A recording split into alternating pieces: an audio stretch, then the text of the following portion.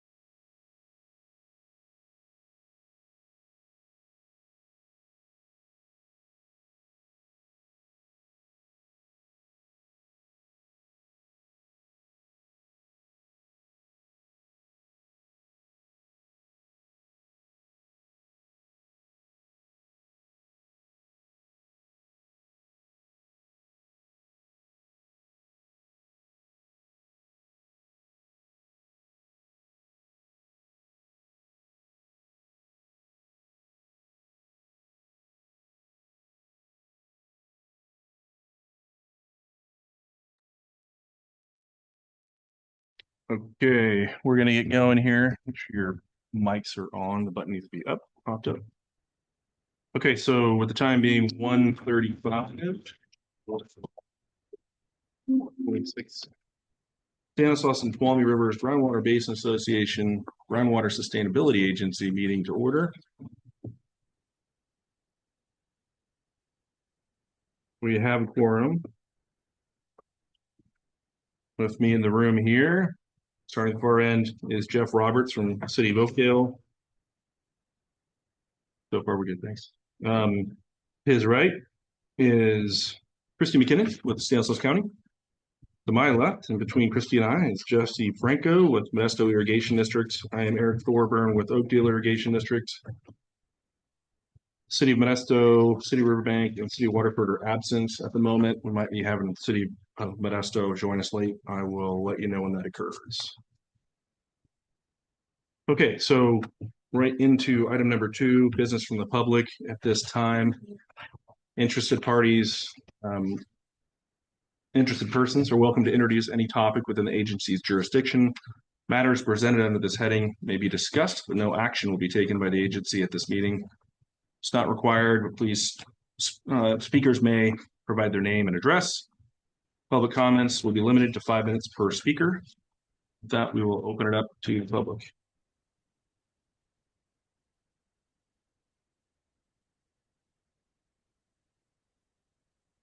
Seeing none in the room, no hands raised on the phone, we will jump to item 3. This is the March 25th, 2026 special GSA meeting minutes. That wasn't my sound system, that was Jeff's phone. Okay, so this is the March 25th, 2026 meeting minutes. Assuming all member agencies have had a chance to review, I'll entertain a motion. A motion to approve. You. I'll second.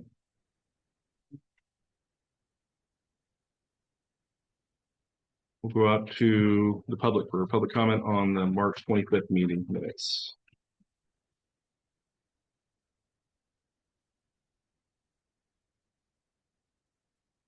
Okay.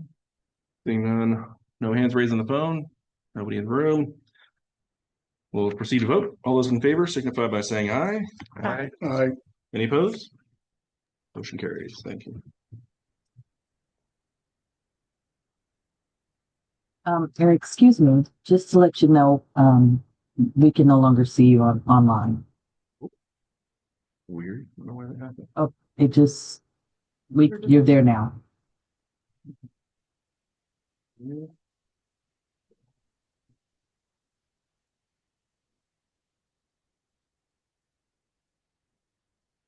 Okay, well.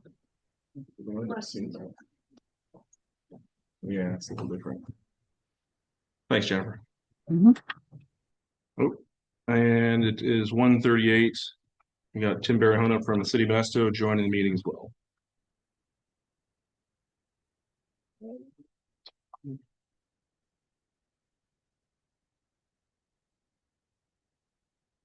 Okay. Item number 4. Spring 2026 groundwater level analysis. This is going to be presented by Liz. Yes. Hi, Eric. Thank you. Can you see me? We cannot see you. Huh. That's strange. Let's try this. Sorry about that. Yep, we can see now. Okay, great. Sorry about that. Okay, let me share my screen.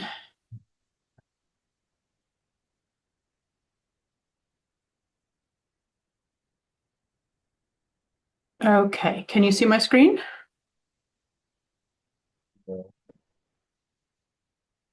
Are you able to see my screen? We go. No. No. I'm sorry. Okay, hopefully you can see it now. Here we go. Yes. Okay. Thank you for bearing with me. Okay, well, good afternoon, everyone. My name is Liz Elliott with Todd Groundwater. And I have 2 presentations for you today for both agenda item number 4 and 5. We're going to start with agenda item number 4, which is a report on the spring 2026 groundwater level analysis.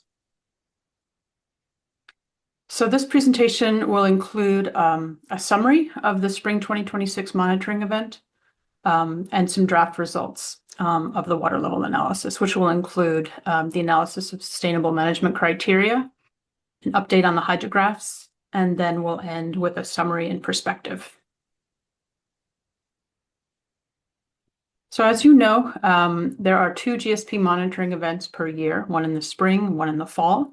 The objective of the spring event is to capture the high water levels in the year before irrigation season begins, while the objective of the fall event is to capture the low water levels of the year after irrigation season. The spring 2026 monitoring event was the 9th GSP monitoring event that has been conducted since the GSP was submitted in January 2022. During this event, groundwater elevations were measured in February and early March in 62 representative monitoring wells. And as you may remember, there were 2 wells in our monitoring network, Wood and Quisenberry, that had casing obstructions. Well, these wells were replaced with 2 new wells or different wells, New Nagel and Lempool. They're not newly constructed wells, but they're new to us. And we also added a well to fill a data gap west of the Modesto Reservoir called Bird. So in this monitoring event, we have 3 new representative monitoring wells. So just to remind you of the definition of undesirable results that is in our GSP. For a chronic lowering of groundwater levels, an undesirable result will occur when at least 33% of the representative monitoring wells exceed the minimum threshold for a principal aquifer and 3 consecutive fall monitoring events.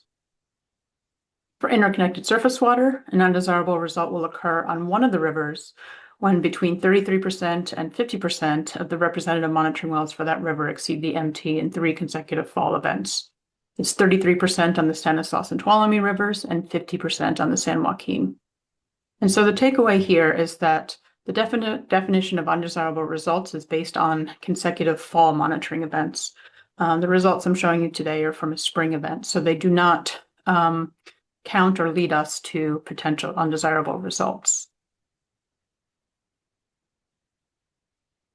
Here's a summary of the minimum threshold exceedances for both the chronic lowering of water levels monitoring network and the interconnected surface water monitoring network for both monitoring events in water year 2026, fall 2025, and spring 2026.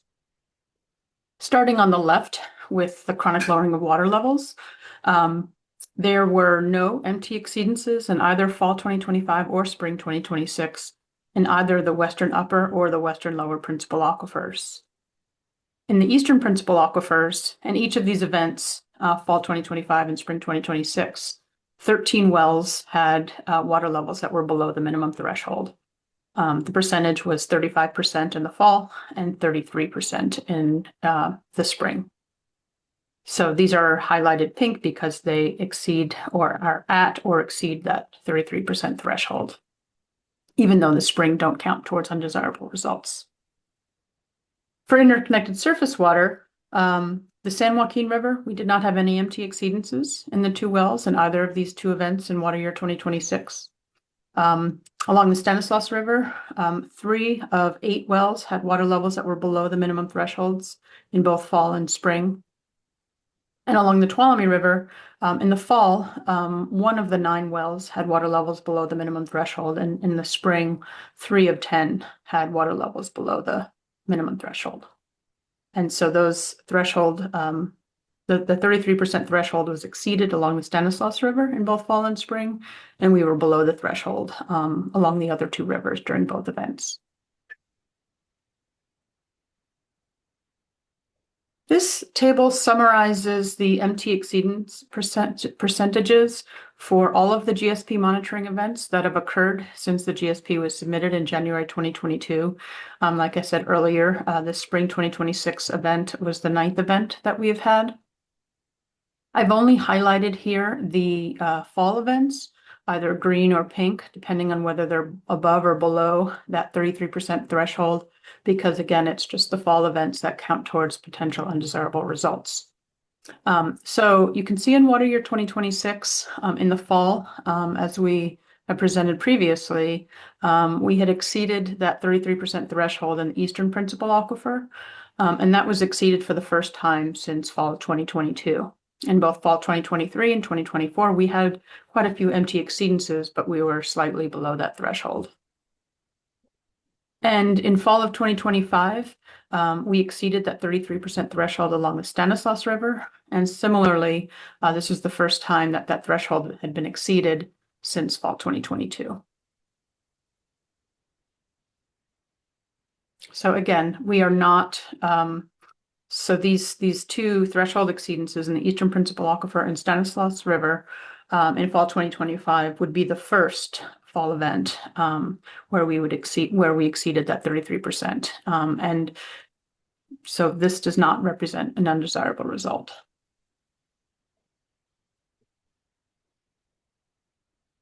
Interim milestones.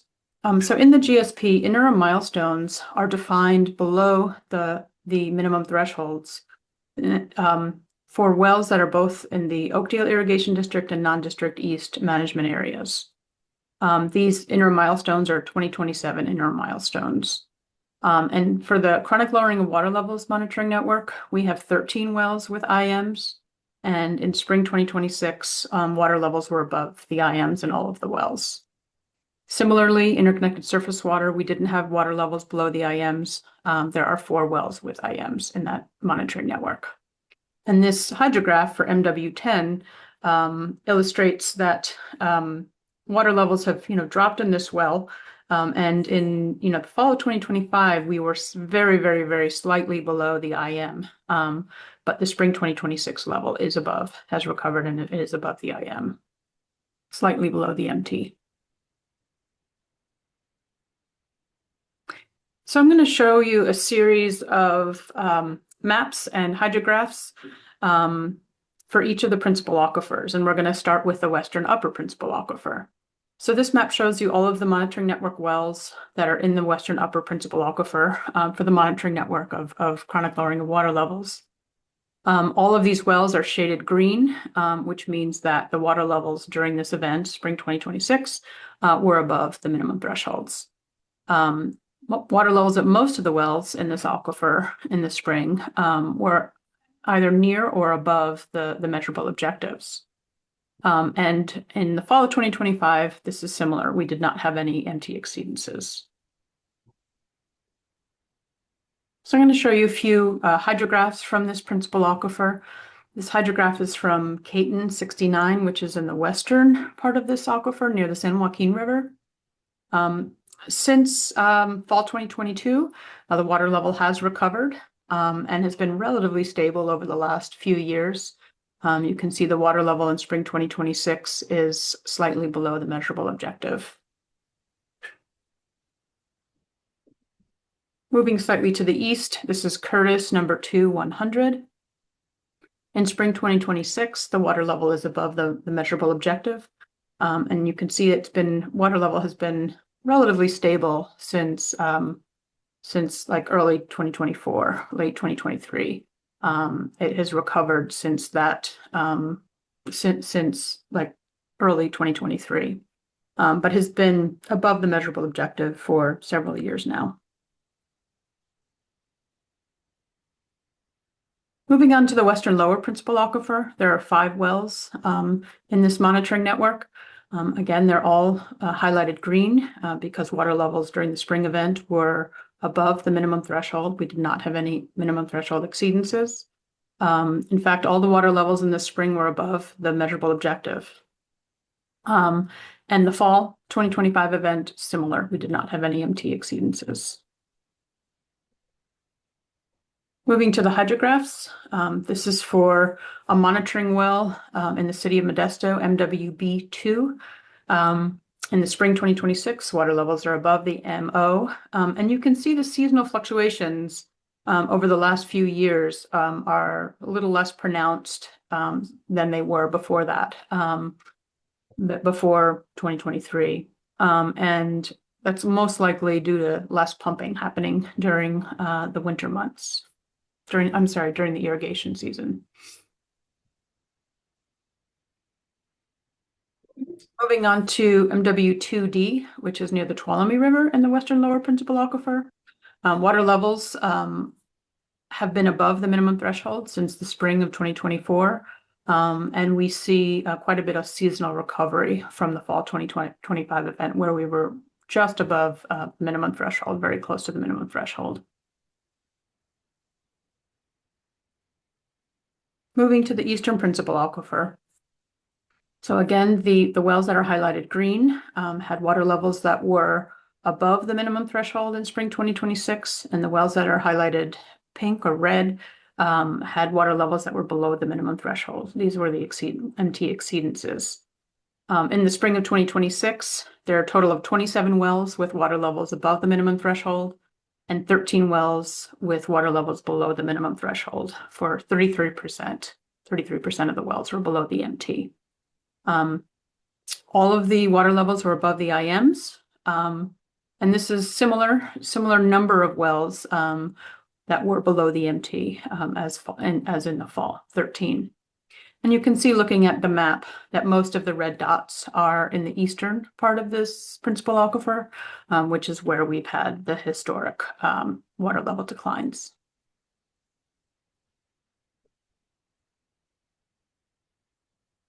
So here's a hydrograph from a well called Clarabelle in the western part of this aquifer.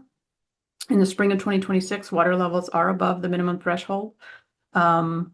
And we see a slight seasonal recovery from the fall event. In general, we've been at or above the minimum threshold pretty much throughout its history. You can see also kind of a shift change in groundwater levels at around 2014. Before 2014, water levels were, for the most part, above 60 feet. And then after 2014, they're between 50 and 60 feet, kind of bouncing around. So there was a shift change that occurred during the drought, the 2013 to 2015 drought, but we are above the minimum threshold and just slightly below the MO. Moving east within this aquifer, this is the Bentley OID2 well. The water level in the spring of 2026 is above the minimum threshold. I think in the fall it was slightly below the MT. You can see sort of the seasonal patterns here where we're above the MT in the spring and slightly below in the fall the last few years. Overall, this well shows a declining trend in groundwater elevations, but over the last few years it's been relatively stable. Moving further east within this aquifer is the Paulsell 2 OID12 well. We see water levels continue to be below the minimum threshold in this spring. We all know that the eastern wells have the highest rates of water level declines, and we see that in this well, where water levels were hovering around about 150 feet mean sea level in the mid-2000s, and now we are slightly below 80 feet. So we're seeing, again, slight seasonal increase since the fall, which is a pattern that we have seen in the past. We did see some stabilization of the groundwater level during water year 24 and 25, but then there was another drop in the water level from the spring 2025 just to fall 2025. Our hope is that, in 2027, we arrest these declines and then start seeing some water level recovery after that.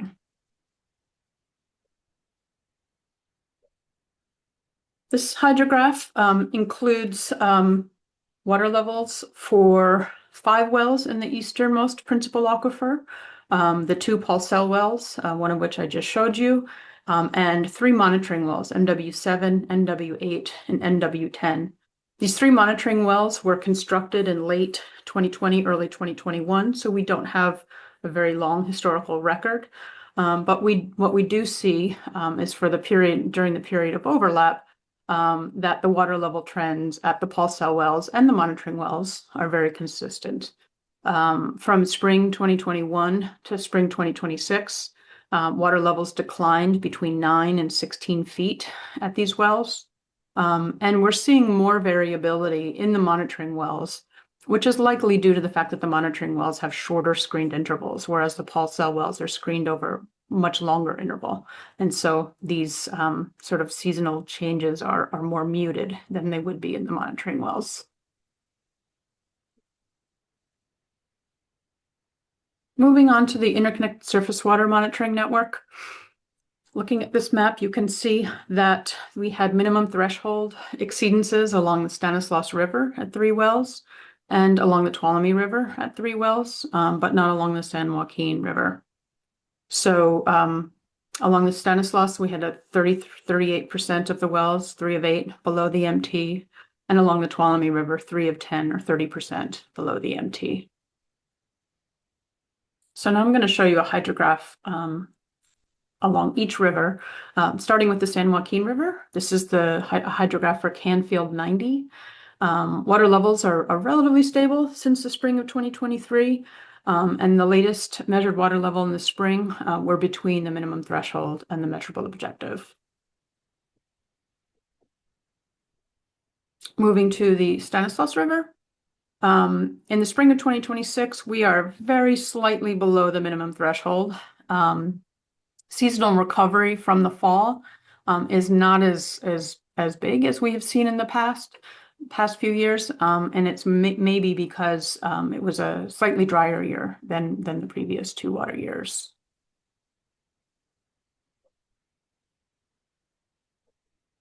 And along the Tuolumne River, this is lateral 195. In the spring of 2026, the water level is above the minimum threshold. Water levels have been relatively stable since about the fall of 2023.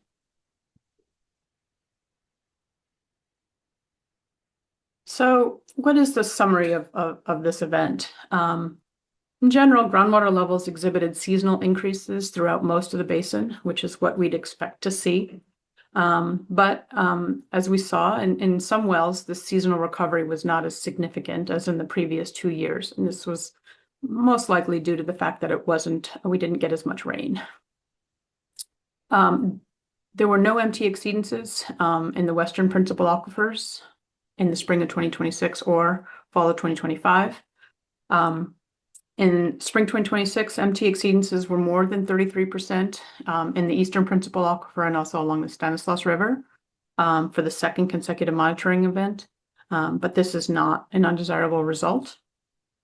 And there were no water levels that were below the interim milestones.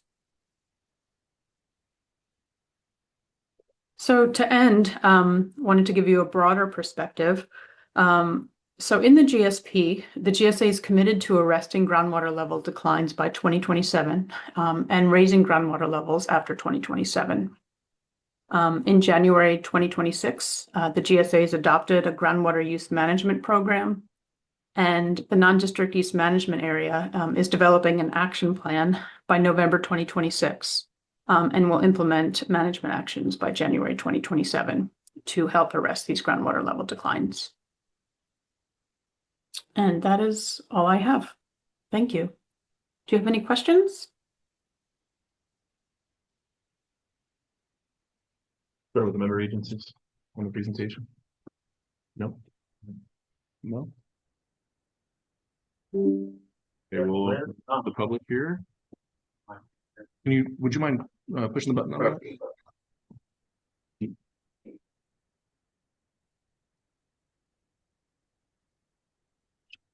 Yeah, Liz, my question is monitoring well number 8. Which area, how do you attribute that to any area? It's in a county road.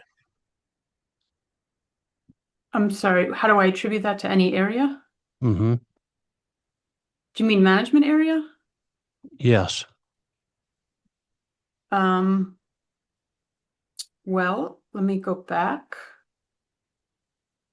I don't know if I've specified, well, MW8, this is in the easternmost subbasin. I don't have this shown. Let me go backwards here. I'm sorry.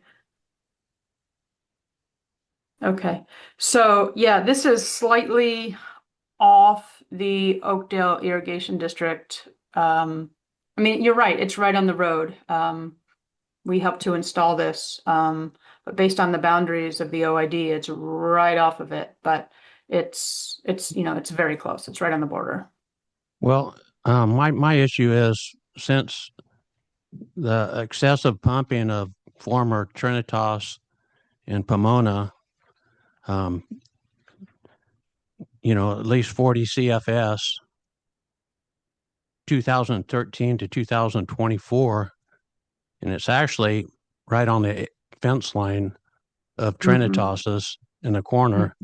So I think it should be attributed to them. And given that I'm their immediate neighbor and have, used more surface water than they have since their existence, I think you should allocate that to in-district OID.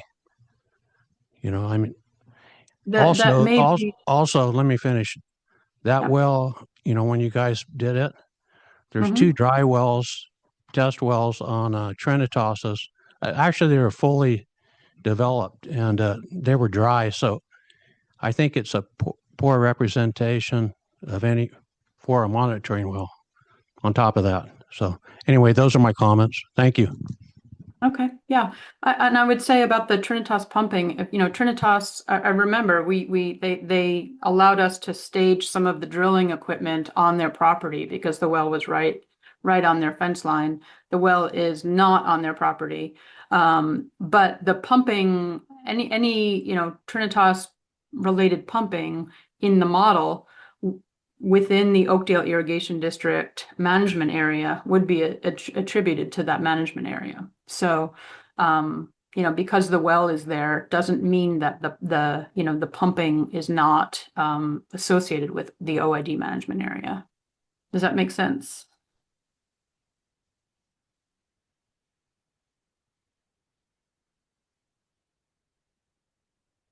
Actually, it doesn't make sense at all because there really wasn't an issue out there till they planted. They were the biggest pumpers, and that's when we started seeing the biggest decline. So, figures lie and liars figure. Thank you. Thank you.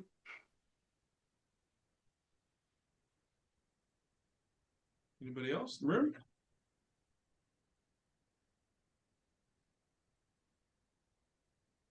Yeah, good afternoon, Liz. Can you just briefly give us a refresher? When I'm looking at the Eastern Principle and you have the Marquis, the Allen, the Big Bomb, and then you're also utilizing those for the interconnected surface. Can you kind of just talk about why two are green in the Eastern Principle graph and then all three are red in the interconnected surface, please? Yeah, sure. That's a really good question. So the MTs are different for interconnected surface water and chronic lowering of water levels. So the definition of a minimum threshold for the chronic lowering of water levels, which is this monitoring network, is the historical minimum between water year 1991 and water year 2020. Okay. Whereas flipping to the interconnected surface water map, the definition of the minimum threshold for wells in the interconnected surface water monitoring network is the fall 2015 level. So that is why the minimum thresholds are different. And we have exceedances, a couple wells here that we don't in the chronic lowering of water levels. Does that make sense? Yeah, I think we're good here. Thanks, Liz. Okay, thanks. It's a Anybody good else? question. Yeah, I had a similar question. I just saw it previously, and that's a good question. Anybody else in the audience?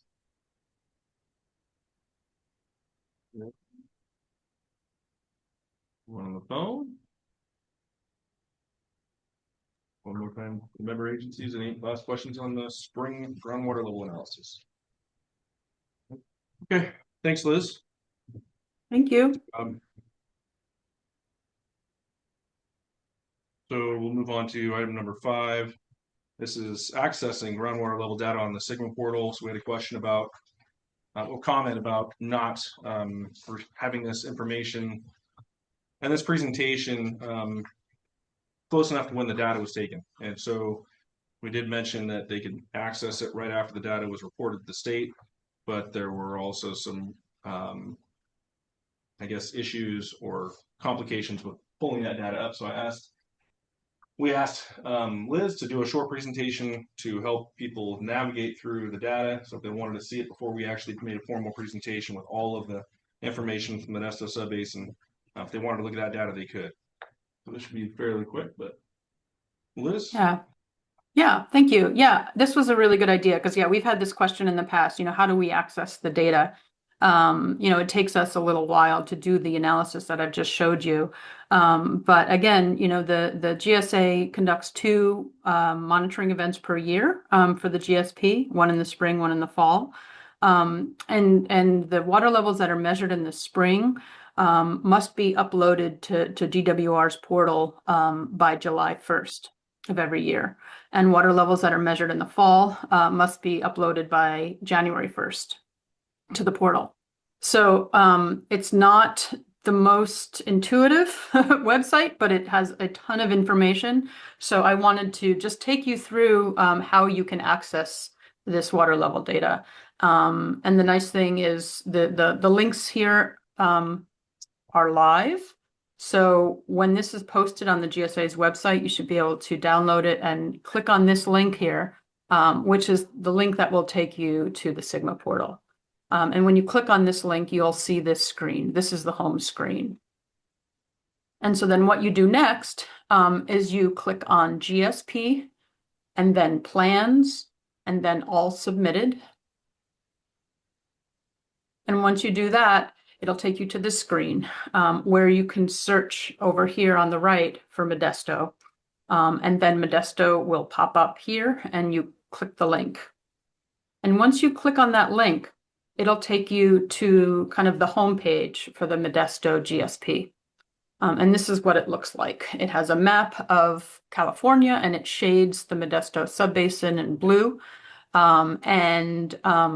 It summarizes kind of when the GSP was submitted. It indicates that Eric is the plan manager. And if you scroll down here, you eventually get to monitoring site. And if you click on monitoring site, it'll take you to this page And this page includes information for every single monitoring well that we measure water levels in and report to DWR. So if you click on the site code, there's a live link here under site code. For any of the wells, it'll access specific information about that well. And so if you click on that link, it'll take you to a page that looks like this, where it has a map of the well location and summarizes the well construction information and the sustainability indicators. And then if you click on groundwater elevations here, it'll take you to the hydrograph. So this is the water level data that has been uploaded to the portal. It shows you this red line, which is the minimum threshold, and it shows this black dashed line, which is the ground surface elevation. And if you scroll down here, it takes you to a table of all of the data. So this is point by point, the measurements that were made and reported to DWR. So you can download the data by clicking on these buttons up here. You can print this out. You can do anything you'd like. But this is how you access the data at any point. So once the data are measured and uploaded, they'll be accessible here. So I hope that helps, and I hope this can be just sort of an easy reference for you in the future if you have questions about how to get to this data, because again, it's not entirely intuitive, but it's very useful. Yeah, So that's that's helpful. Thank you. Yeah. Any questions about that? Yeah, the person who asked about it isn't here today. Maybe it's on the phone, but we'll have this online as a reference. I have a Yeah, quick so question. Yeah, Kristen. So this includes the wells that are in the network for minimum threshold, representative monitoring wells, and other wells, right? We've only uploaded data for representative monitoring wells, the wells with sustainable management criteria. The GSA has not uploaded data for the other wells. Okay. So then if Yeah. you were so some of the wells would be for water quality and some would be for water levels. These are all for either interconnected surface water or chronic lowering of water levels. This is not for the water quality network. The water quality network is based on data that we get from GAMA, which is all the publicly available information. And so that monitoring network actually varies from year to year based on what has been published in GAMA. So no, this is just the wells that the GSA measures water levels in twice a year for either the chronic lowering of water levels monitoring network or interconnected surface water monitoring network. Gotcha. So we'd have to be mindful of the local well name in order to find the well in this data set in order to be able to look at the more recent data for what we're looking for, right? That would be the easiest way for people to navigate through it. Yeah, using, a map that's in the annual report with the well names, and then you can use those well names to help find the well on the portal. Yeah, the well names are the same as we report in the annual reports in the GSP. Gotcha. Thanks. Yeah, so all the Yeah. wells you showed on the previous presentation, all of those wells are in the system. Yeah, okay. Yep.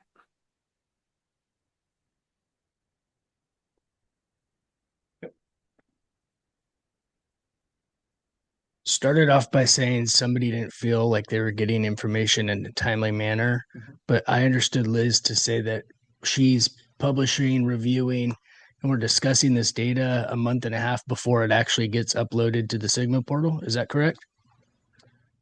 No, good. So this spring Well- data that we just went through, Mhm. when does that have to be uploaded to the portal? Yeah, so you're right that the due date is July 1st, but the GSA is way ahead of the game, and as soon as the data were measured, the wells were measured, they uploaded the data. So the data are uploaded to the portal already. And so you can see them. It's just the GSA has to upload data by July 1st, but they can do it anytime after it's measured. And I think you mentioned that this data was pulled like late February, early March. So that's when this would have been updated Yeah. for this specific event. Yeah, once Got they it. all collect it, Yep. then we send them Yeah. one place, put it all up there. We try to do it before the irrigation season starts because we don't want that drawdown to affect the level reading. And then we do it right after the irrigation season. Hopefully nobody's pumping at that time either, so you're not having that artificial drawdown effect from that. Gotcha. So it's typically like March 1st plus or minus, and then November 1st. Yeah. Good question. Anyone else?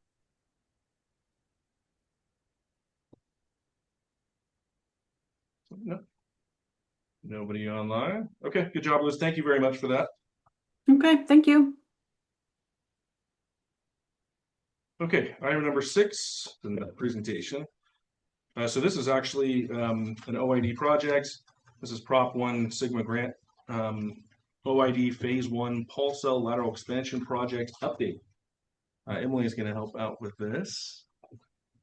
She was really actively involved in this project. So I'm going to pull that presentation up there.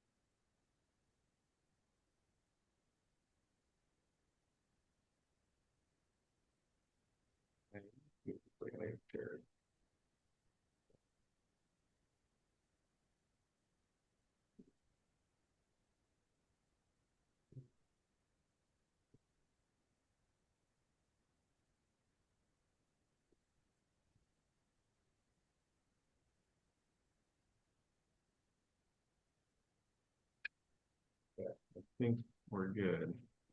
Everybody online see it? Maybe Jennifer, you could help me out. Yes, we can see it. Thank you. All right. Emma.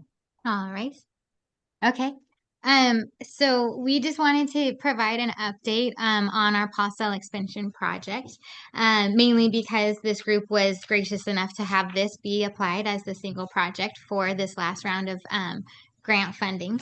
And so we are wrapping that project up now. It's in the final stages of officially being complete.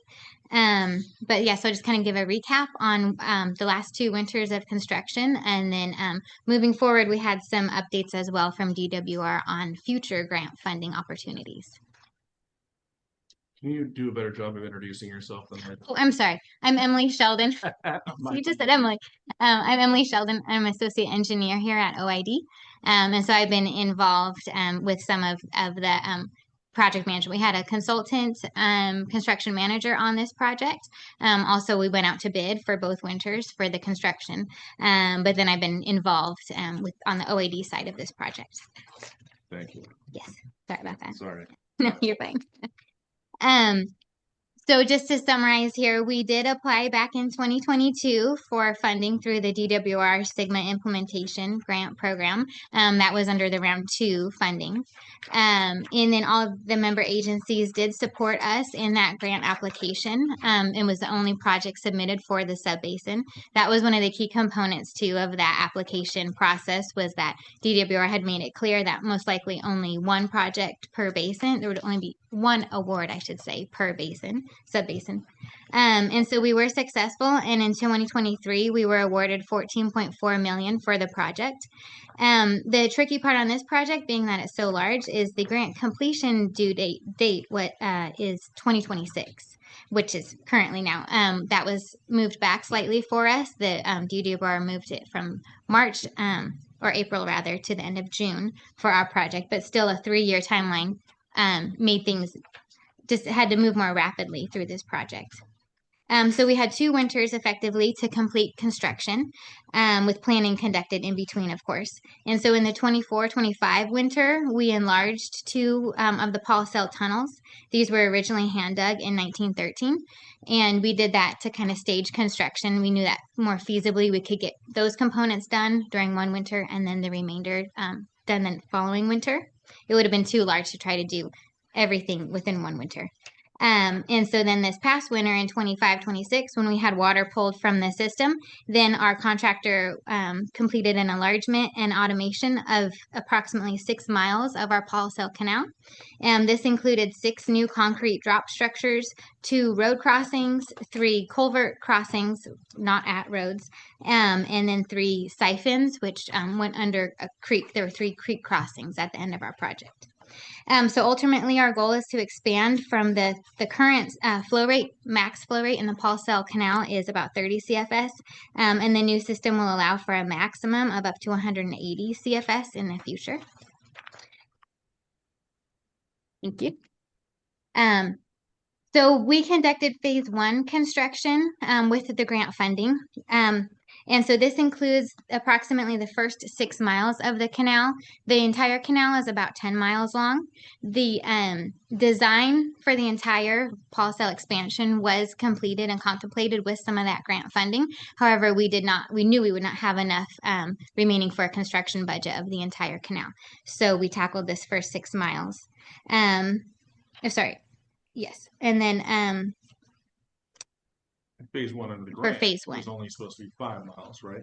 Right. But We extended it a little further. Yeah, Eric's right. We chose to extend it 1 more mile so we could get past those creek crossings. We did have to get permits for those. We had a Fish and Wildlife permit and a State Water Board permit on those. So we wanted to get in there and get that construction done while those were valid as well. So the star on this map is kind of the location. Oh, yes, sorry. that's Relative the to the head view, right? sub-basin up there is a vicinity map in the top left to show the entire sub-basin. And then the red star basically indicates where the Paul Cell lateral is. Then over there on that map, we've got a couple of the tunnels pointed out. You got the island, for those of you in the room. That island on the bottom right there of the map is the Paul Cell Valley. So that's the in-district area.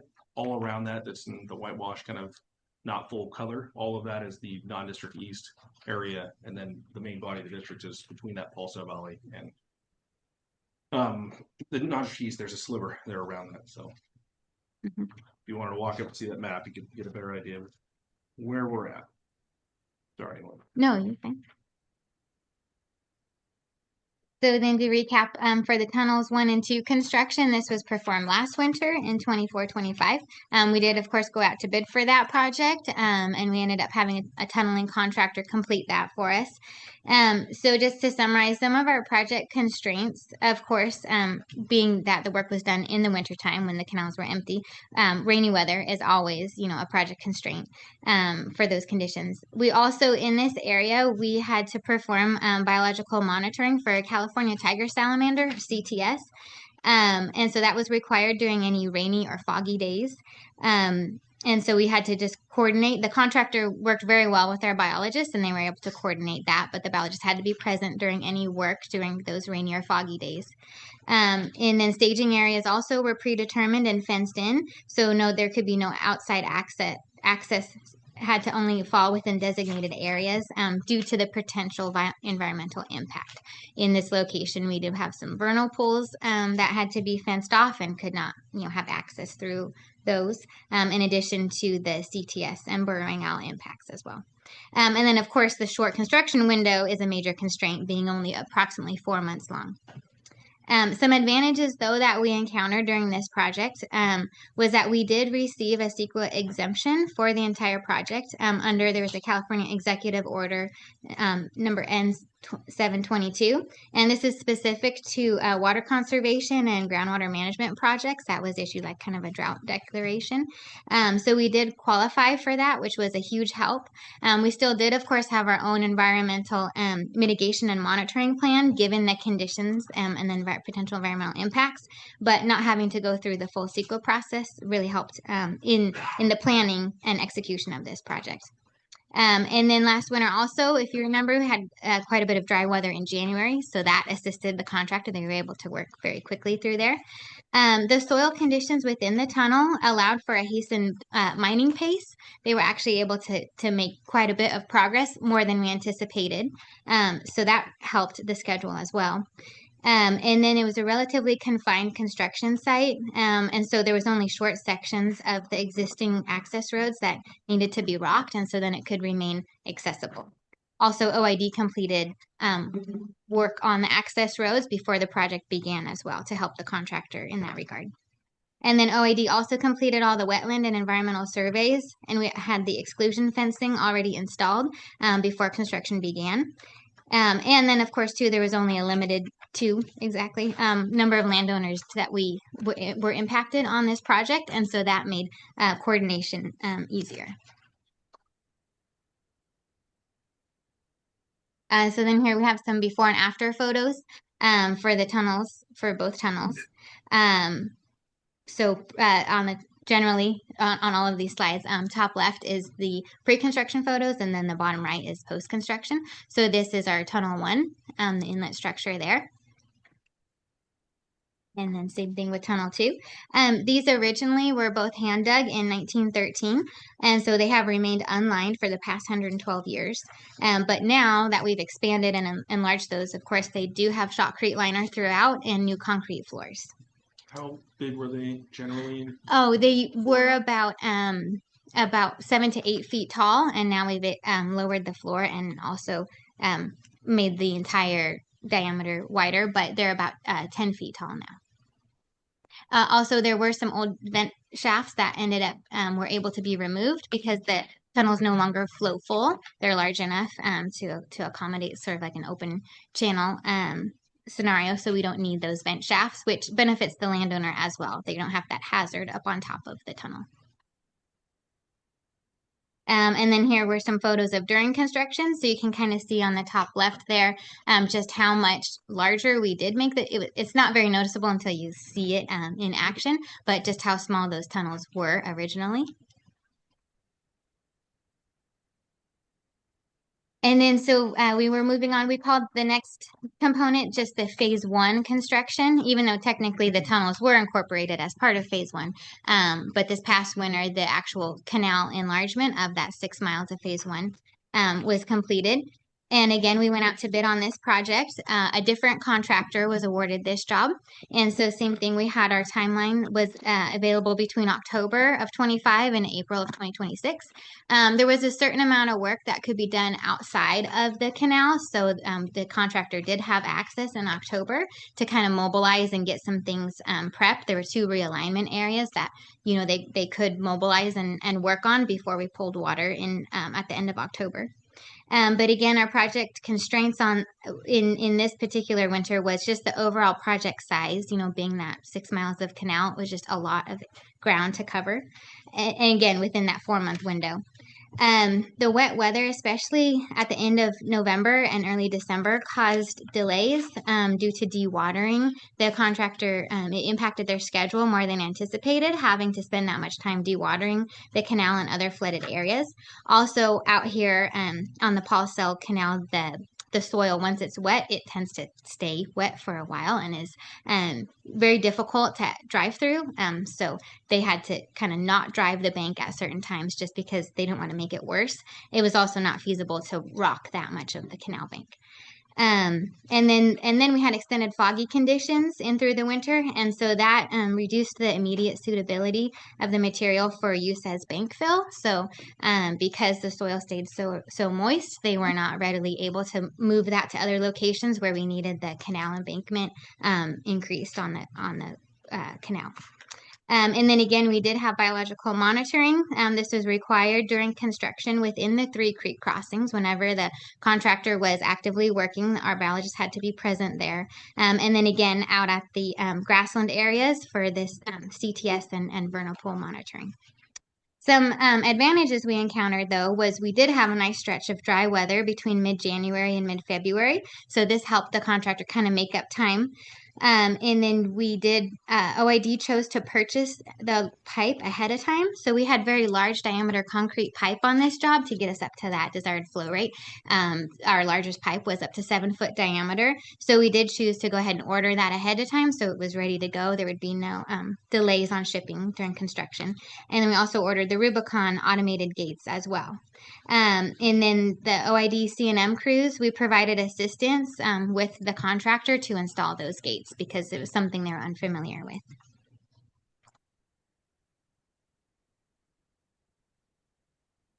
And then here are some before and after photos as well for the phase 1 construction. So this is a culvert crossing pre and post construction. As you can see here, the former crossing was very narrow. It had been eroded by cattle. This is grazing land. All of our culvert crossings that were replaced were a minimum of 20 feet wide drivable width. Some were a little wider at 30 feet.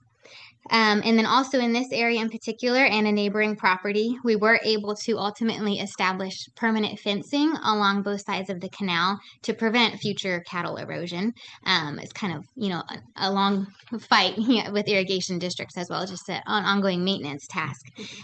So in exchange, the landowners worked with us and they were on the fencing, and we were able to give them turnouts instead that went to, and we dug out some cattle ponds for them. So some small cattle ponds that will be full whenever the canal is full of water, without the cattle coming into the embankment. Thank you. And then moving on, just downstream, we had installed this, we refer to it as drop 2. So originally we only had 2 drop structures within this phase 1 section of our Paul cell. And in fact, one of them wasn't even used. So post-project though, we ended up with designing 6 drop structures. We did this in particularly because we knew we wanted to operate the canal with those Rubicon gates, those automated gates in TCC, which is known as the Total Channel Control System. And in order to do that, we cannot have too long of pools within the canal, and we need to have somewhat uniform flow achieved. So in addition, those drop structures also help us be able to deliver water at landowner turnouts as well. Yes, those original structures were drop board structures. Yes, and it's remote. that had to be manually operated. And these Rubicon gates can be controlled by the DSOs remotely, and they can be set at different positions. And so then it will save DSO time by running out to each drop structure. Not only that, but they're actually automated, so they shouldn't have to control them, but they can monitor them at any time, and they actually adjust to maintain a pool level downstream. So not only do they not have to go out there and drop the drop boards in, they don't actually even have to go to the site and touch it. It just responds automatically based on what the level is doing in the pool. And then too in this, oh yeah. Thank you. Nope, we're good. So we also had 2 realigned sections of the Paul cell canal.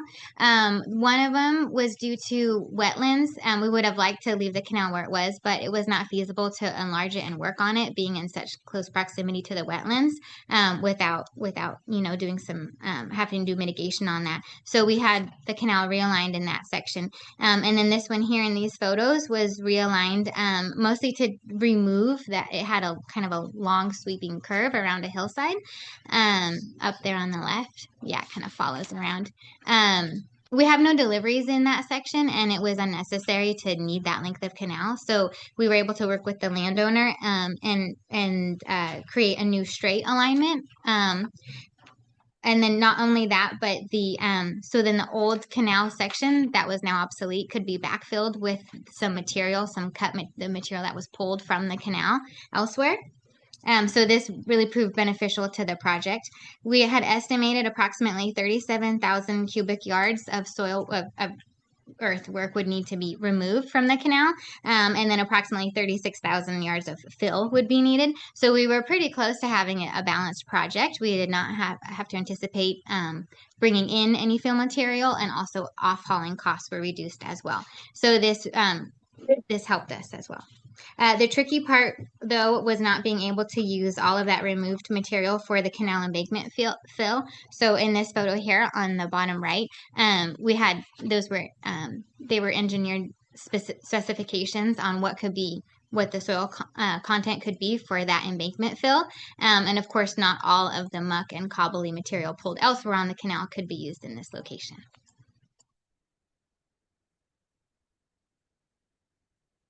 And then, so we have we have a drop 3 this was the formerly unused structure. We did not need it operationally, but we did go ahead, and again, we needed this here for the TCC system. So we did have it reconstructed. We chose this opportunity to relocate the drop structure a little bit further downstream so that it was centered on the southern property line. At the top left photo, you can see a fence line there. That's basically the property line. So we relocated it to that location so that and we incorporated a culvert crossing into that drop structure. So now each landowner has approximately a 20-foot width on each side of their property over the culvert. So they can use that as a driveway, as a crossing. This allowed us to remove a separate culvert located upstream. And also, of course, now we have enough room for OID staff to come up to this drop structure, and they can turn around on either side as well. So we eliminated a or a culvert crossing downstream too, right? Yes, we did. Right. For each landowner, we consolidated it into one. And then here was another example of a culvert crossing that was replaced and widened, slightly shifted upstream to better serve the landowner and OID. Just downstream of that is our monitoring well. Yes. Yep. 7. Monitoring well 7 is on the fossil bank there. And then this is another new drop 4. And in this location, we ended up having to chose to concrete line the upstream section of this canal. In this area, the canal bank is very cobbly, and also the water level sits quite a bit higher than the surrounding property. So we wanted to hedge our bets and not have any future issues down the road with canal seepage out onto the surrounding property. So we did choose to concrete line this portion. And then same thing, the new drop was created to help regulate the pool size and flow. And then also it can help us serve that landowner turnout as well.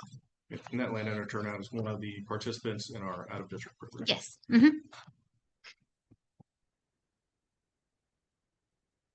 And then this is just a little further downstream, just an example of the canal widening between pre and post construction. The project was designed to maintain the same water level as pre-existing conditions. So effectively the canal was widened and deepened in many locations. And then again, this material that was pulled from the inside the canal and the bank could be used elsewhere.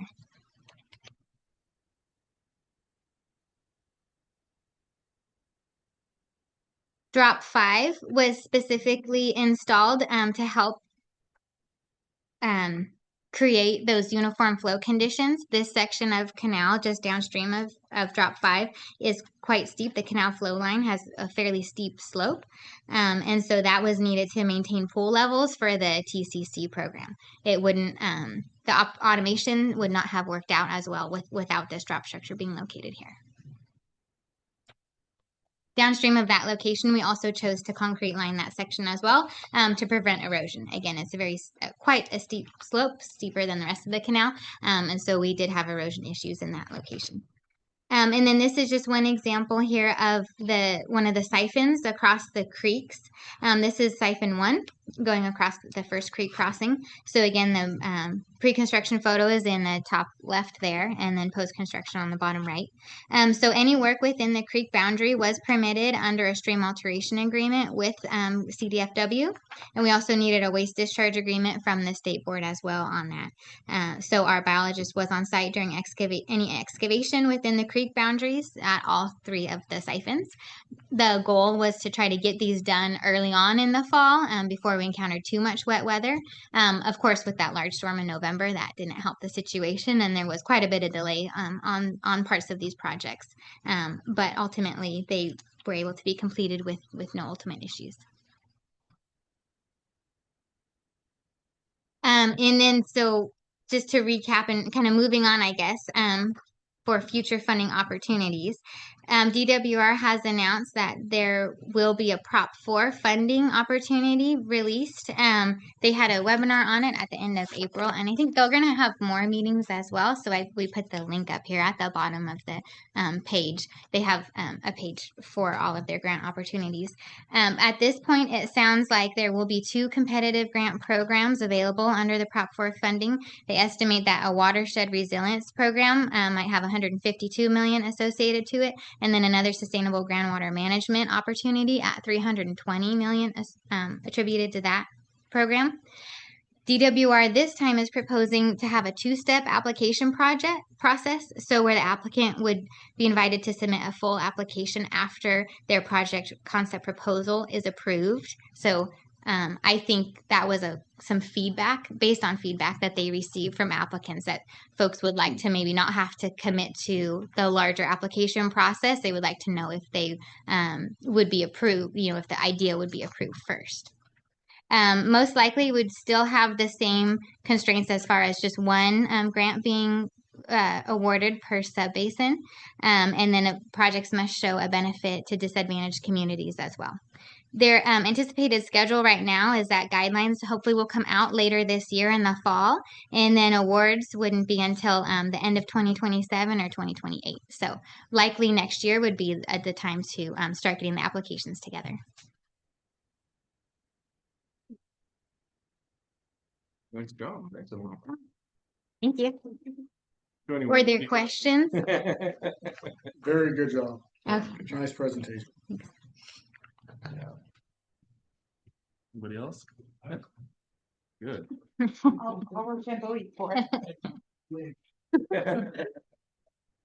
All right, so I have, let's see, I think I can keep this to just 3 questions. Let's see. You mentioned that early on in your presentation, when you were going over the specific sites, you mentioned that the tunnels weren't lined. Will this reduce the groundwater replenishment in that area? It was specifically after you mentioned when only 2 landowners were impacted. Immediately after that, you discussed that the tunnel wasn't lined, and then it was. How will that affect things? We didn't consider groundwater seepage through the tunnels. That's more of an ongoing or just a long-term safety and maintenance of the tunnels. Structural integrity. Yeah, we've chosen as we rehabilitate most of our tunnels, then we just choose to concrete line them for future preventative issues. We did line another section of canal further upstream near the head gate, and this was due to bank erosion. And when we were trying to widen the canal, the rock formations, there was large boulders in there, so it wasn't feasible to really backfill that properly. So we chose to line there, and then just that other section where we had the cobbly material.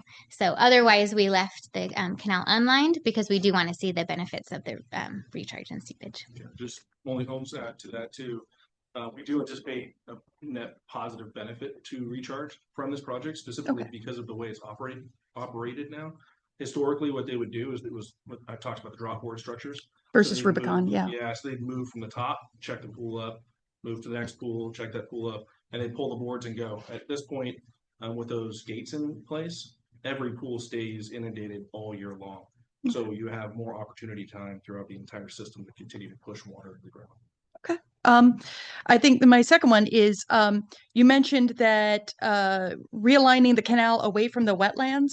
You mentioned backfilling. Did you backfill the wetlands? Is there still some kind of water source going to those wetlands, or were they just sort of cut off in the process? Right. No, the wetlands were not altered in any way, so we had avoided them. So we had before the project had started, we fenced off we had our biologists designate any wetland areas. Oh yes, you can kind of see in the top left photo there, that silt fencing on the right side. That's all to prevent any material from entering. That was one of the vernal pool type wetland areas. And same thing, yeah, with all the orange fencing on that photo as well. And so when we came back and backfilled the obsolete section of the canal, that fencing was still in place. So the wetlands weren't moved or impacted. We just backfilled the canal, again, with other spoils material. Gotcha. Okay. And then my last question is, you mentioned that you relocated a crossover near monitoring well 7. How do you think this will affect the data for that well? Should there be any effects of what you should see, or do you anticipate anything? I'm not sure. I don't know that we anticipate any changes really at well 7. It was protected in place. And then there might be some difference from the seepage in that location, but like the water levels remain the same. Yeah, if anything, it'll be more. Mhm. You can see in the before photo, the well is actually located kind of back here. This pipe is in the same location, so you see the after photo. Oh, we can't here. see. Oh, there you are. This pipe didn't move in either photo. So Okay. this crossing was moved up to the right here, essentially. Okay. Same length. It's not, I mean, as far as like surface area, you're gonna have actually more in the new canal. It's a bigger cross-sectional area, right? But outside of that, you're not gonna really see too much of a change. We don't anticipate seeing much of a change, if any. Is there any way you guys intend to flag wells that could have been impacted, so that way you can monitor whatever changes may come out of this process? Yeah, we basically all those, the new wells, 10, 7, and 8, I think they are. All those are potentially to see benefit from this project, not only from the lateral improvements, but really from the water we're providing to those lands outside of that project.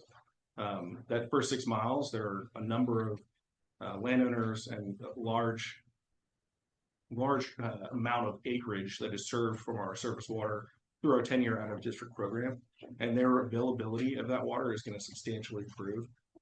So we think we're going to see beneficial impacts from and results from not only the lateral but also from providing surface to those lands. Yeah.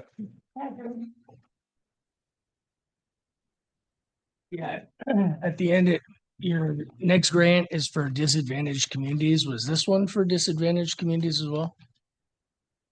There is a component in the grant application, yes. So you do have to show a benefit to disadvantaged community. Okay, I mean, I think you mentioned we're going from like 30 CFS to 150, 180 CFS. So does the pulse cell, because I'm not no idea, it hits the pulse cell valley, but then does it loop back around and get to some of the southern OID people as well? So it goes all the way through that, essentially that island there, Right. through the Paulsell Valley, and ultimately spills into Dry Creek. Okay. Yeah. So really you are reliant on out of district folks to take that difference between the 30 and the 108. Not necessarily. What we're doing by improving, we're going to continue downstream. This is just phase 1. Okay. We actually applied for the whole 10 miles in the grant, but we were only awarded, I shouldn't say only, but we were awarded phase 1. Still a lot of them. And that upper section is the one that we had to make the largest improvements. We had 2 tunnels. It was the most expensive part of that alignment there. When by enlarging that first section, what you're essentially doing is taking off all demand up to that point off of the system. So while we previously were only able to run 30 CFS through the system, some of that, by the time we got down to that point, the end point, was already taken up, right? So now we have 30 CFS all the time available for everybody downstream. Okay. And then when we make the further improvements, continue to move down the system, we're going to see even more benefits to both in-district and out-of-district landowners, because there's more out-of-district lands that are served past that point right now too. Okay. And then my last question, I guess, would the second phase that you mentioned, and then the GSA, because they have one potential grant, and you guys already are kind of teed up, lined up. Does the GSA get to say to OID like, oh, hold up, you guys already have your one project, and Jesse has a project, and Christy has a project, and we'll Rochambeau for that, or how does the GSA look at that? And beyond that, like, nice project. Thank you. Thank you. Yeah, that's a great point, and that's why we put that last slide up. And we just really want people to know this funding is coming, so everybody should be ready, get a project ready. If you have projects ready, bring them to the table, and we'll have that discussion to decide what we all want to get by. You know, we really aren't. We're not. We certainly are ready to go if that was to be the project, but we're not saying that should be the only project that moves forward. And we're very happy that this project has gotten to where it is, and we plan to move forward either way, with or without grant funds. Gotcha. Okay. Yeah. Can I do one more? Yeah. So based on the funding that's being offered for this next round that you guys have, how much do you anticipate that next 4-mile stretch to cost? And would that leave room for other organizations to be competitive for funds? How do you think that looks? You want to take a stab at it? Go Okay. ahead. I'll let So the you. original project, the total project was estimated at 18 million. Sure. This was 14.4. Yep. Ended up costing a little more because we did more. We did an extra mile and we did the full design for the Sure. entire lateral. So we picked up that additional cost already. But rough numbers, $4 million. Okay. Yeah. Sure. And as far as leaving room for other projects, it's kind of, do you want to put $4 million towards this one project, or do you want to put, you can only have one project. So there's a project out there that's more expensive or has more benefits, or benefits other places of the basin that make more sense, or all those things. So we have to kick that around. Yeah. Good question. Thank you. Any other questions for Emily? Good job, Emily. Thank you very much. Thank you.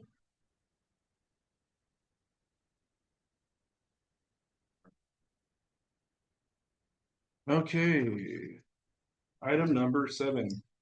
So this is an item that was requested to be kind of a standing item so we can continue to coordinate and discuss and be updated with the county's progress on the non-district east. So Brittany's going to help us out with this, Christian. Yeah, so Brittany's going to go ahead and provide an update on where we are with our non-district east action plan and stakeholder work group. So we'll go ahead and let her go. Hi, everyone. Can you guys hear me? Okay. So a little bit of information. On April 30th, Stanislaus County held their ad hoc work group for the non-district east. And so really that was just a first meeting. It was really introductory, just to give context, and also really the overview of the RFP process and some of that timeline. And so even giving you guys some of that today. March 23rd, the RFP was released.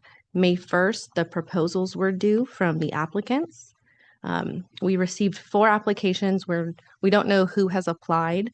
Currently, they are with our General Services Agency, and they are doing a financial evaluation.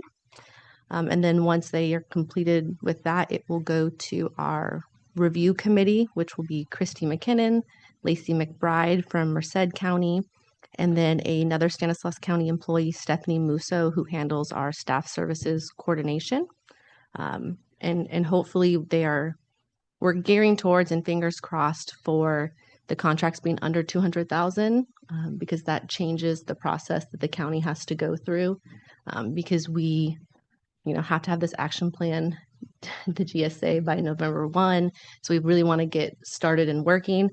So we are hopeful to have the notice of intent to award for June 3rd, and then hopefully beginning agreement services by June 29th. And then once that happens, we are very hopeful to have meetings every other week with the consultant and our work group so we can get this task underhand. Anything else? No? No, but I think that's all. So Yeah, thank any you very much. questions? Right.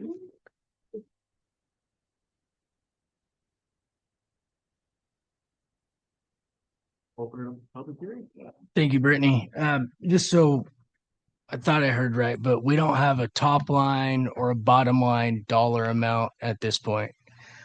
No, so the RFP included various tasks and a scope of services for what we needed. So we needed to get that third party review of the action plan, come up with a more refined parcel based groundwater accounting program, and then also a demand reduction portfolio, which would give us the tools we need to meet those demand reduction targets and timelines.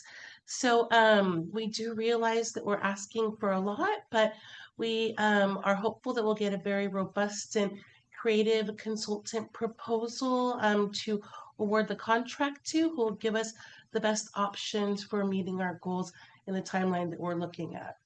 So we haven't seen any of the proposals. We don't know what is going to be put together, but when we see what the consultant teams have in mind, we can work, we meaning the county, can work to fine tune that to meet our needs in order for this action to be successful. Yeah, when I was clicking through the RFP website, which is cumbersome, it looked like there was quite a few. But to me, it looked like there was quite a few consultants or companies that submitted RFPs. But I think she mentioned 4. Is that were there more than 4 that actually submitted proposals? That's a good question. I haven't been to the website myself. Our general services agency takes the lead on the procurement process. So what I know is that when we posted the RFP, there was a time frame to where interested consulting firms could ask questions. So we did received interest from more than 4 consulting firms. And we met and we discussed and we provide some answers to follow-up questions. So what I know is there have been 4 firms that have actually submitted proposals. And like I said, I haven't seen the website and haven't seen the proposals. They haven't been provided to me from our general services team yet. Okay. There And- were 9 that asked. There were 9 that asked questions. And yeah, so I guess the follow-up question is like, can we expect to have to go to the board of supervisors for this or not? I mean, does GSA give Rob like meet him at the water cooler and say, hey, by the way, like you better get on the agenda at the board level, or right now we have 0 cents of plus 200 minus 200,000. That's a very good question. And with that said, without seeing the proposals, I can't give you a definitive answer, but we obviously would like to keep it under 200,000 for various reasons. And there's definitely some things that we can do at the department level, working with the rest of our county team to make that happen. So Okay. that's what we're targeting. That's what we want to do. Okay. And as much as I appreciate being included in the non-district East working group, I'm still concerned about the dollars. We're spending county dollars there. So your dollars, your dollars, your dollars, your dollars, your dollars, their dollars, all the people that you represent, their dollars to chase this other proposal. It'll be interesting from just one meeting kind of to see where it goes, I think. But the timeline is really, really narrow for a lot of complicated and complex issues to be hashed out. And so I'm just curious if the GSA has kind of further discussed a backstop to, like, at what point does the GSA reestablish itself and say, hey, this is what we're going to do if the dialogue continues on and on and on? Because I mean, we could talk about this subject for the next 10 years if we really wanted to without a lot of action. And so, but the GSA is the one that's responsible for making sure this stuff gets done. And so I'm just kind of curious if the GSA has further discussed that and timelines and stuff. So thank you. Yeah, no, we haven't discussed it. Not that we need to, really, honestly. We have all those parameters lined out in the groundwater use management program, so that when they fail, then it defaults to the GSA. They haven't failed yet; they've got a deadline to meet. So I think one of the things we're trying to do is continue to communicate and see how they progress. And as we get closer and closer to that deadline, we'll see where they're at and how far off they are and what they've got left to do. And we will ultimately have that discussion if we have to at that point. Thank you. And Christy, it's the intent would be it's qualification based. The most qualified is selected. Then you look at cost and possibly able to negotiate that cost or not. Yeah, so it's based on a couple of things. It's based on the qualifications of the consulting firm. It's based on their understanding of our requests. It's based on our technical approach, and then a little bit less of it is based on pricing, but that is taken into consideration. So when we see the proposals, we do have the ability to negotiate. One of the things I was wondering is if that $200,000 number is important, is there a way, so I'm thinking if I were doing this, what opportunities would I have? It seemed like you had a lot of different tasks for this consultant. Could you break up the tasks and then have one move forward that was under $200,000 just to get them started, and then follow up with other work releases or contracts still with that same consultant because they won that There's RFP a or- lot of options and opportunities at the table. That's what I was envisioning. Obviously, we can't get 100% of those things done before November. We can figure out when we work with our landowner stakeholders what they want to do and what they want to focus on. That's what the intent is. Where are we going to go with this and what are we going to build? We did have a lot of questions as to if the county would consider a phased approach. And absolutely, the county at this point has an open mind. We want to bring the best proposal to the table, and then we want to figure out how to get this action plan completed and how to best implement our demand reduction strategies. So that's the goal. I didn't want to limit it. We are gonna have something that's real. So this is where we are. So we'll see what we get, and we'll see where we can take it from there. Yeah. Okay. Anybody else? And also, this is the first step in our demand reduction implementation efforts. Once we have the groundwater use management program and now this action plan approved, we're going to be moving forward with finding our funding mechanism in order to put this cost outside of where it has been, which has been in the general fund, so we can get it appropriately funded as we move forward. And for further GSP administration, development, and implementation activities. So that's definitely also a priority that we're looking at. Good. We'll ask this. So full disclosure, I'm also on the NDE work group. But I know that typically, elected officials tend to have this governmental lull in July, August. I suspect, but I'd like your confirmation that that's the time where the firms getting themselves up to speed. And then with that lull, what are the most likely timelines and outcomes, assuming we don't need board approval, which is the ideal? What is your idealized timeline from your experience? Well, what I'm hoping is that once we get them on board, hopefully before the end of June, then we'll definitely come up with our more parcel level groundwater allocation program. And then we'll also figure out the tools that we need to move forward with achieving our demand reduction targets. And that may take a little bit longer. There's $200 million set aside in this Prop 4 funding from the Department of Conservation for multi-benefit land repurposing programs, and I really want to take a shot at that. So that might be something that we continue to develop and implement as we move further down the line. But what I really want to see once we get this consultant on board is what their vision is for getting us to meet our demand reduction targets and timelines. So that's really the first step. The second is, how are we going to do that?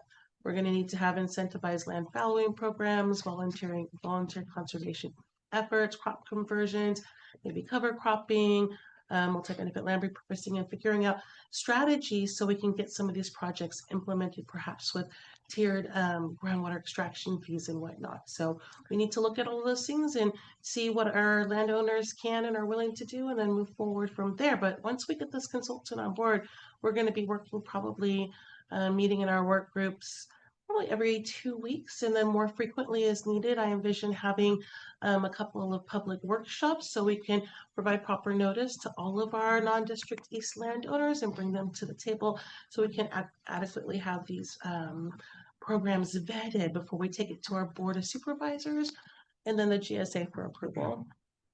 Okay. Thank you. Absolutely. Any other public comment on item number 7?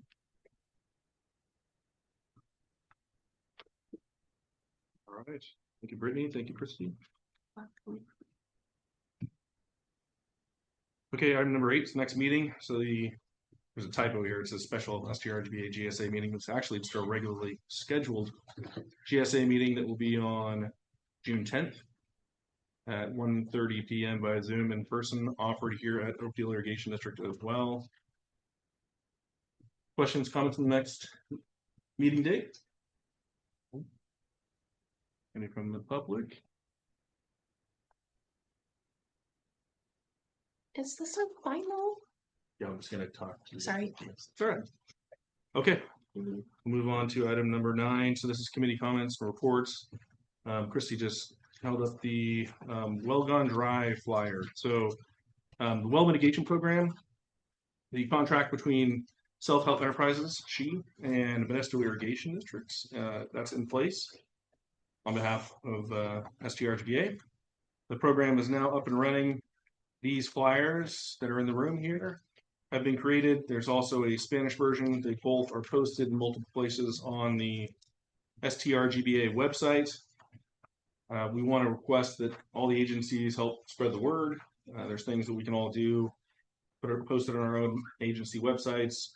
You can put it out with in the mail, put it on your bulletin boards, have them out to hand out when people come into the office. All those things would be helpful. So please do your part in helping to spread the word whenever you have an opportunity. We did get one claim submitted already. One well mitigation claim. It was rejected after going to the well mitigation committee.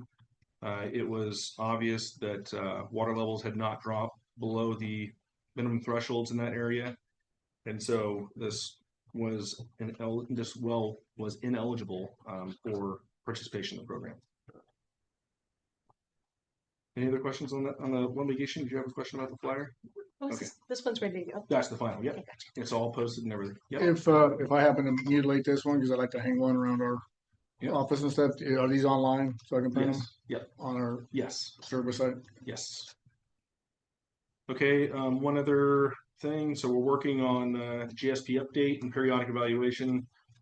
Todd and groundwater we're incurring, continue to make progress there. Over the next several months, we'll continue to have some presentations and updates at our meetings. Likely we'll have one update at least at our July or June 10th meeting rather. So stay tuned for that. We're looking for input and feedback on that as we proceed through that in the rest of the calendar year to submit it next January. That's all I have. Other comments? Committee members? Member agencies? Yep, good. I just want to say I love to see the progress that Paul sells. That's the kind of stuff that I really enjoy looking at. And I want to talk to you about the elevation of that pipe when we're done here. Thank you. No, we're really happy about that. We're excited to see how it works out and continues to benefit the basin and our in-district growers as well. So thank you very much. Okay, we'll adjourn the meeting. Thanks, everybody. Here.